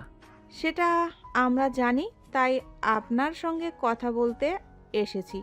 আমরা নীল আর নেহার 4 হাত এক করতে চাই। সেটা তো সম্ভব নয় আন্টি। আপনার ছেলের বউ বাচ্চা আছে, আমি কেন সতীনের সংসার করতে যাব? যে মানুষটাকে ভালোবেসে আমি আমার করে পেতে পারিনি, সেই মানুষটা অন্য একজনের হয়ে গেছে। এখন আমি তাকে তার কাছ থেকে কেড়ে আনবো, এটা আমার পক্ষে সম্ভব নয় আন্টি। তোমাকে কে বলছে নীল বিয়ে করেছে? সে তোমাকে মিথ্যা কথা বলেছিল। নীল এখনো বিয়ে করেনি। তুমি যেমন তাকে ভালোবাসো, সেও তেমন তোমাকে ভালোবাসে। আমরা কয়েকবার তাকে বিয়ের কথা বলেছি, সে বারবারই আমাদের বলে গেছে এখনো তার বিয়ের সময় হয়নি। কিন্তু সে যে এখনো মনে মনে তোমাকেই খুঁজে, সেটা কিন্তু আমাদের বলেনি। তার মানে নীল আমাকে মিথ্যা কথা বলেছিল। যাই হোক, তারপরও আমি আপনাদের ছেলের চাইতে বয়সে বড়। আমাদের এই সম্পর্ক সমাজ মেনে নেবে না। আমাকে বিয়ে করলে আপনার ছেলে সমাজে মুক্ত থাকতে পারবে না। তাই আমি চাই না আমার জন্য কারো সমাজে মানহানি হোক। নেহা, তখন আমার কিছুই ছিল না, আজ আমার সব কিছুই আছে। টাকার কাছে মান সম্মান খুবই তুচ্ছ বিষয়। আর আমার এত পরিমাণ টাকা আছে যে কোনো মানুষ আমার চোখের দিকে তাকিয়ে কথা বলার সাহস পাবে না এখন। সেটা আমি খুব ভালো করেই জানি, কারণ তোমার যদি এত টাকা পয়সা না থাকতো তাহলে তুমি নীল গ্রুপ অফ ইন্ডাস্ট্রিজের একটা কোম্পানির মালিক হতে পারতে না। কিন্তু তারপরও আমার মনে হয় তোমার আমাকে বিয়ে করাটা ঠিক নয়। আমি তোমার বয়সে বড়। আমরা এখন তোমরা বিয়ে কবে করবে সেটাই শুনতে চাই। অনেক শুনেছি তোমাদের এসব ইয়ার্কি ফাজলানোর কথাবার্তা। এখন তোমরা বিয়েটা করে নাও, তারপর সিরিয়াল কিন্তু আমাকেও বিয়েটা করার সুযোগ তো দাও। ওরে ফাজিল, তোর যখন এতই বিয়ে করার ইচ্ছে তাহলে তুই বিয়ে করছিস না কেন? আমরা তো সেই কবে থেকেই বলছি তোকে বিয়ে দেওয়ার জন্য, কিন্তু তুই তো বলছিস এখন তোর পড়াশোনা করার সময়, তুই এখন বিয়ে করবি না। আরে ভাইয়া, নিজের বিয়ের কথা কি আর সরাসরি বলা যায় নাকি? যাই হোক, এখন আগে তোমার বিয়েটা করো, তারপর না হয় আমার বিয়ে নিয়ে চিন্তা করা যাবে। তাই নাকি নন্দিনী? তাহলে আছে নাকি কেউ ভালোবাসার মানুষ? বলে দাও আমাদেরকে, তাহলে তো আমাদের কোনো পরিশ্রম করতে হবে না, অযথাই কষ্ট করে ছেলে খুঁজতে হবে না। আরে ভাবি, আমি এমনিতেই ইয়ার্কি করছিলাম। প্রেমটা এমন সব যে কোনোদিন আমাকে দিয়ে হয়নি আর হবেও না। তোমরা আগে বিয়েটা করে নাও, তারপর দেখে শুনে একটা ছেলে দেখে আমাকেও বিয়েটা দিয়ে দিও, তাহলেই হবে। ব্যাস, আর কিচ্ছু চাই না আমার। যাই হোক, হয়েছে, এবার তোমাদের কথাবার্তা বন্ধ করো। তা বিয়ান সাহেবা, আপনার পুত্রবধূকে কবে নিজের ঘরে তুলে নিতে চান সেটাই বলেন। আমিও চিন্তামুক্ত হলাম। এমনিতে আমার শরীরের অবস্থা খুব একটা ভালো নয়। মেয়েটাকে নিয়ে যত চিন্তা ছিল, এখন যেহেতু মেয়েটা নিজের ভালোবাসার মানুষকে নিজের করে পেতে চলেছে, তাহলে তো আমার আর চিন্তা করার কোনো কারণই থাকে না। হ্যাঁ, আপনি একদম ঠিক কথাই বলেছেন। আপনাকে কেন চিন্তা করতে হবে? নেহার জন্য তো আমরা রয়েইছি। আপনার যদি কোনো আপত্তি না থাকে তো আগামী শুক্রবারই আমরা এই শুভ কাজটা সেরে ফেলতে চাই। হ্যাঁ বিআই সাহেব, ভাবি একদম ঠিক কথাই বলেছেন। আমরা আগামী শুক্রবারেই নেহা মামুনিকে আমাদের বাড়িতে নিয়ে যেতে চাই। আচ্ছা ঠিক আছে, আপনারা যা বলবেন এ ব্যাপারে আমার কোনো অমত নেই। অতঃপর এই খুশির খবরে সবাই মিষ্টিমুখ করলো। আর কথাবার্তা শেষ হলে নীল তার পরিবার নিয়ে বাড়িতে চলে আসলো। এদিকে সেদিন রাতেই নেহা নীলকে ফোন করে আর বলে, যদি আমাকে ভালোই বাসো তাহলে সেদিন মেনে নাওনি কেন আমাকে? সেদিন তো আর আমি তোমার যোগ্য ছিলাম না, আমি তোমাদের অফিসের সামান্য একজন এমপ্লয়ি ছিলাম। তোমার বাবা যেমন আমাদের সম্পর্ক মেনে নিত না, তেমনি বাহিরের মানুষ যেন আমাদের সম্পর্ক মেনে নিত না। সবাই বলতো আমি টাকা পয়সার লোভে পড়ে তোমাকে বিয়ে করেছি, কিন্তু এখন তো তোমাদের চাইতে আলহামদুলিল্লাহ আমার অনেক বেশি টাকা পয়সা আর সম্পত্তি আছে। এখন তো আর কেউ আমাকে এটা বলতে পারবে না যে আমি টাকা পয়সার জন্য তোমাকে বিয়ে করেছি, তাই না? হ্যাঁ, সবই বুঝতে পেরেছি। জানো এই দিনগুলো আমার কতটা কষ্টে কেটেছে। আমি তো তোমাকে ভালোবাসতাম, প্রত্যেকটা সেকেন্ড প্রত্যেকটা মিনিট আমি তোমার জন্য অপেক্ষা করতাম কখন একবার তোমার সঙ্গে দেখা হবে। জানো তুমি আমাদের অফিস থেকে চলে যাওয়ার পর তোমাকে আমি কত খুঁজেছি, কিন্তু কোথাও খুঁজে পাইনি। অফিস থেকে তোমার ঠিকানা নিয়ে আমি তোমার বাড়িতে পর্যন্ত গিয়েছিলাম, কিন্তু সেখানে গিয়ে জানতে পারলাম তোমরা সেখান থেকে চলে গিয়েছো। আমি একদম ভেঙে পড়েছিলাম, কিন্তু তারপর ভাবছিলাম পৃথিবীটা গোল, আজ না হোক কাল তোমার সঙ্গে আমার দেখা হবে। আর সেটাই হলো, আজ ভাগ্যের পরিহাসে তোমার সঙ্গে দেখাটা হয়েই গেল। হ্যাঁ, আল্লাহ পাক রাব্বুল আলামিন উত্তম পরিকল্পনাকারী। উনি ঠিক করে রেখেছেন আমাদের কার সঙ্গে কি হবে। তাই তো আজ তোমার সঙ্গে আমার দেখা হয়েছে। যাই হোক, অবশেষে আমরা দুজন দুজনকে পেতে চলেছি, এটাই আমাদের দুজনের জন্য যথেষ্ট। অতঃপর দুজন কথা বলা শেষ করে ঘুমিয়ে পড়ল। এদিকে দেখতে দেখতে তো 1 সপ্তাহ সময় কেটে গেল। তাদের বিয়ের কাজও সুসম্পন্ন হলো। নীল আর নেহা দুজনেই বিয়ে করে সুখে শান্তিতে সংসার করতে। আর এদিকে দেখতে দেখতে 2টা বছর কেটে গেল। নীল আর নেহার ঘর আলো করে একটা কন্যা সন্তানের জন্ম হয়েছে। নীল ভালোবেসে তার মেয়ের নাম রেখেছে নিশু। নিশু এখন একটু একটু হাঁটতে শিখেছে আর কথাও বলতে শিখেছে। সে আব্বু আর আম্মু বলতে পারে। নেহা এখন অফিস সামলায় না, এখন তার বাচ্চাকে সামলাতেই ব্যস্ত। নীল তার অফিস সামলায় আর নেহার অফিস তার কর্মচারীরা সামলায়। আর কোনো প্রয়োজন হলে সেটাকে নীল সমাধান করে। তাই কাজ নিয়ে নীলকে খুবই ব্যস্ত থাকতে হয়। তারপরও নীল সবসময় নেহাকে বলে, তোমাকে কোনো কাজ করতে হবে না, অফিসের সব কাজ আমি একাই সামলাতে পারবো। তুমি শুধু আমার রাজকন্যাটাকে দেখে রাখো, ব্যাস এইটুকুই চাওয়া তোমার কাছে।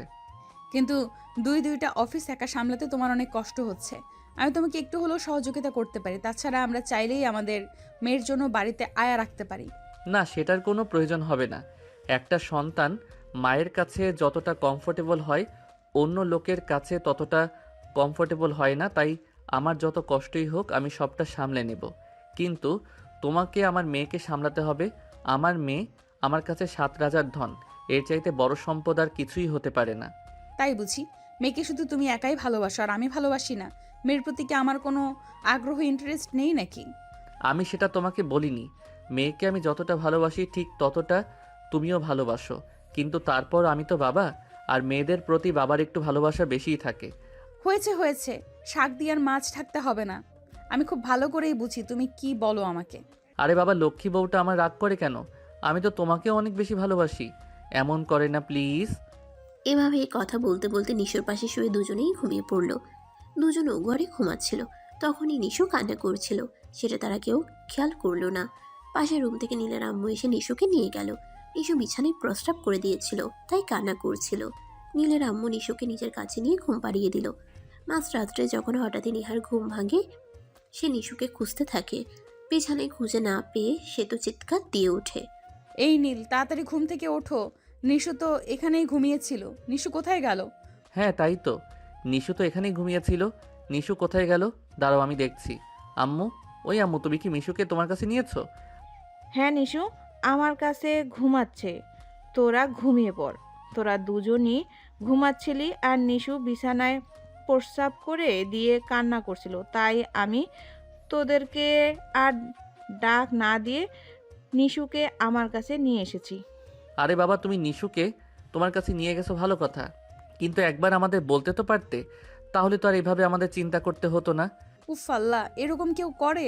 আমার তো আত্মা একদম মরে যাওয়ার মতো অবস্থা ছিল। আমি তো ভেবেছিলাম মনে হয় আমাদের মেয়েকে কেউ তুলে নিয়ে গেছে। যাই হোক, নিশুকে নিয়ে গেছো ভালোই হয়েছে। এবার আমি আমার বউটাকে একটু মন ভরে আদর করতে পারবো। মেয়েটা পাশে ঘুমিয়ে থাকলে তো সব সময় শুধু অজুহাত দেখি। চলো, এখন আর কোনো অজুহাত দেখানো চলবে না। ধুর, সব সময় ফাজলামও ভালো লাগে না। এখন রাত 2টা বাজে, তোমাকে সকালে অফিসে যেতে হবে। এখন চুপচাপ ঘুমিয়ে পড়ো, তা না হলে সকালবেলা ঘুম থেকে উঠতে পারবে না। কিন্তু কে শুনে কার কথা? তার কাছে তার বই সবার চাইতে আগে। তার বউকে ভালোবাসতে হবে, প্রচুর ভালোবাসতে হবে। তাই সে নেহার কোনো কথা না শুনে তাকে আদর করতে শুরু করে। নেহা প্রথম দিকে একটু বাধা দিতে চাইলেও পরে আর বাধা দিল না, কারণ তার 10টা না 5টা না একটা মাত্র স্বামী, তাকে তো তার ভালোবাসা দিতেই হবে। তাই দুজনেই একসঙ্গে ভালোবাসার মহাসমুদ্রে ডুবে গেল আর ভালোবাসার নতুন একটি গল্পের সূচনা করলো। যাই হোক ভিউয়ার্স, গল্পটি আপনাদের কাছে কেমন লেগেছে কমেন্টে জানাতে ভুলবেন না। অপেক্ষা করুন নতুন কোনো গল্পের জন্য। আবারও দেখা হবে নতুন কোনো ভালোবাসার গল্প নিয়ে। সেই পর্যন্ত সবাই ভালো থাকবেন, সুস্থ থাকবেন। আল্লাহ হাফেজ।